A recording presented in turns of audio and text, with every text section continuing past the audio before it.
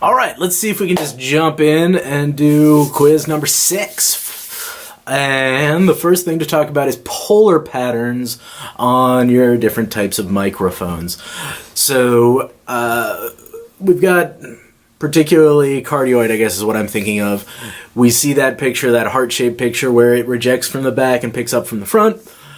But that is not exactly true at all frequencies, okay? The higher the frequency, the more directional it's going to be. The more that heart shape is going to actually make sense, right? And the higher frequencies coming from behind are not going to be picked up. Lower frequencies, longer wavelengths, they can wrap around. So if you're looking at a polar pattern of the 180 40 hertz down in that area, it's going to look much more omnidirectional than in the higher frequencies. So all of that to say that whatever it is, true or false on that question, that not all frequencies are exactly the same. The next is the proximity effect. The proximity effect is the bass boost you get as you take one of those directional microphones and bring it closer to the source.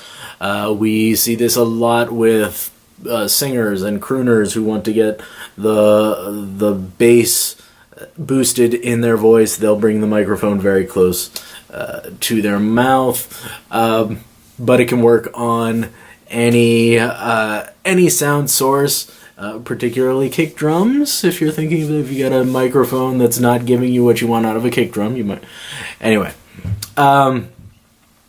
good.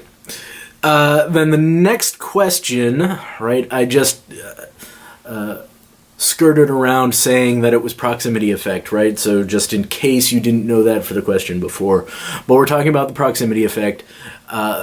Which microphones have that proximity effect? It's directional microphones. Omnidirectional microphones are not going to have it. If you take your cell phone and put it closer to your mouth, it's going to make it louder, but it's not going to give the bass boost that you get from an SM58. Okay, good.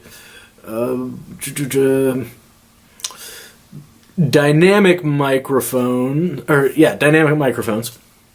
include both the moving coil and the figure 8 or ribbon microphones, right?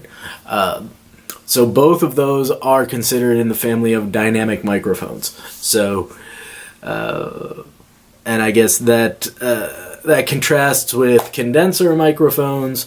Those require 48 volts of phantom power. And that's sort of our defining characteristic for that.